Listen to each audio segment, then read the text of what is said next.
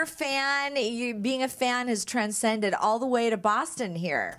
Yes. Well, I'm originally from New Hampshire. Right. So when from New Hampshire, you're really a Red Sox fan. But I wasn't into baseball growing up, so I really didn't know that much of it. But now that I'm into baseball, whenever I go back to visit my brother, we have to get in a Red Sox game. And I try and do it when there's an opposing team that I know the player. Like one year when they were playing Kansas City, Chris Gwynn was on the team. So I got to go to the clubhouse and see him because I left a message. Can you tell Chris Gwynn, Joe from LA's here? So they come out and they say, okay, follow me, and they take me to the clubhouse. Same with Bill Ashley in Fenway, right over to the clubhouse. You know, the clubhouse, that's what it's called, yeah.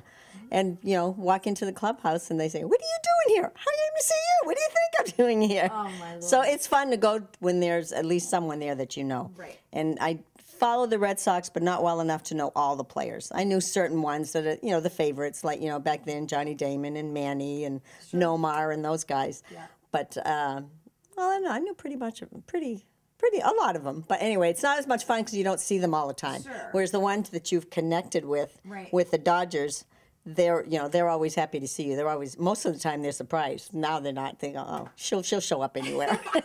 This was at the premiere for Bluetopia, the Dodger movie. Okay. And I think 5 of the players were there. And afterwards, they were very, very fan-friendly and took pictures with us. And then we asked them to sign it once we got back to the stadium. And they were great. Of course, James Loney's a sweetheart anyway. Yeah, he is. And this is, no one knows who this is, but hopefully he'll make it to the majors because he is awesome. His name is Adam Godwin. And I've been following him since he was single A. Here he was single A. And I noticed that you're wearing his jersey there. Yes, I am. And there's a story to that because I found him because he played at one of the games when Grady Little was our manager, because Grady really knew how well he played. And I went to the game, and he was in center field, and he threw a shot from center field right to home plate and got the guy out. And I just went, whoa, who is that kid? So I remembered his number, then I got his name. So the next day I went looking for him on the minor field. This was at Vero Beach in the spring training. So I went looking for him, and I found him. So when he came over, I said, you're Adam, right? And he goes, yes. And I explained to him, you know, that was an awesome, awesome shot all the way to home plate. And he just kind of smiled, embarrassed. And we talked for a few minutes. He says, what's your name? And I told him. We talked. And then he said, well, I got to go work out. He says, wait. I said, okay. So he took his jersey off and dropped it on the ground with his mitt because they were going to go running. So he went off and ran. And I was with my girlfriend, Debbie, and I said, I should put that jersey on. She says, go ahead. I'm going, oh, I don't know. I said, we barely know the guy. She says, go ahead, do it. So I put his jersey on. Well, he came back off the field, and he's looking all over the floor for his jersey, and he can't find it. And you can tell there's this worried look on his face. He says, I know, I put it here. And then finally he looked up. I said, what are you looking for? My jersey. I said, were you worried? He said, all I could think of was they give me a Dodger jersey to work out with, and I lose it. So that was sweet. So he took a picture with you with the jersey on. Yes, yes. Cute. And so I followed him every year. Now he's in Double-A. All right, now, of course, everybody has to have one thing from Dodger Stadium, and Joe has quite a lot of it, and that is real Dodger dirt. Now, talk about how you got this. I don't know if I'm supposed to tell. You can tell. It's all right. Okay. What's his name? One of the groundskeepers. Okay. He was out there, and I said, what are the chances of getting some dirt? He says, some dirt? I go, yeah, just some dirt from the field. Anywhere on the field. He said, really? I said, yeah. He's okay. He said, I'll get it tomorrow. So the next day he came with a water bottle, and he had dirt for me, so I put it in this cute little bottle. And what year did you get that? That was just last year. Wow. Okay. Yeah. I just finally got the courage to ask them last year. All right, now as we walk further into this room at Joe's house, what you're about to see, you've never, ever seen before. Just an unbelievable collection of bats and balls and bobbleheads and more. Let's go in and check it out. Too many bobbleheads to count, but Joe has got an amazing collection now. How long have you been collecting these? Probably not that long, because they haven't been coming out that much. It's because they've all been as the giveaways. So I've never bought one. So it's only since they've been giving them in giveaways. It's amazing. Now, you hardly ever buy any of this, either gifts or things that have been given to you. Talk about that.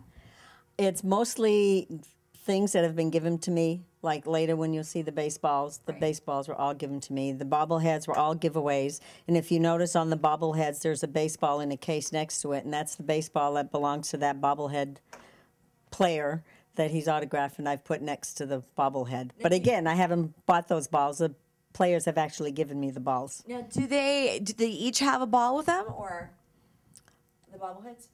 No. Every bobblehead? Okay. Oh, yes, up here? Yes, yes, pretty much. Okay, pretty much. we always ask when the players get their bobblehead, which one looks the most like the player? So which one up there looks the most like the player to you? Gosh, that's a hard, probably Fernando. I thought Fernando was pretty good. He's the very last one down there. Okay, so Fernando's looks pretty Fernando looks pretty good. good. We've got Joe Torre right in the middle there. Yeah. So great. And how many years have they been doing bobbleheads now? Not that long, maybe 5 or 6. Wow. Not that, I don't think. Of course, now I've run out of room. Yeah, So I I had I had to put one with the baseballs on the other side over there. So I have to come up with something else. Unbelievable. Now, Joe, these are not just Dodger hats. They are the players' hats. How did you manage this one? It's not easy, but what happens is at the end of the season, sometimes they'll throw their hats out at the very last game when they know they're done. And most of them, I have asked them beforehand, at the end of the season, can I have your hat? And most of them are, pretty good about it, and they'll give it to me. As a matter of fact, one day I remember Paul LaDuca forgot to give it to me. So, and he came out, and I was out there waiting for him. I said, Paul, my hat. He goes, oh, no. So he sent the bat boy in to get his hat for me, and then he autographed it. So it's kind of cool. That's very cool. yeah. Any other special ones that you couldn't believe you got, or? I couldn't believe I got the green ones, because I don't know if you're familiar with the green ones. They're St. Patrick's Day at Vero Beach. Right. And they weren't, this was just 2 years ago, they weren't allowed to give them out because they saved them for the Dream Foundation, for the Right. auction. That's right. So I managed to get my buddy Joe Beimel before he knew he wasn't supposed to give it away.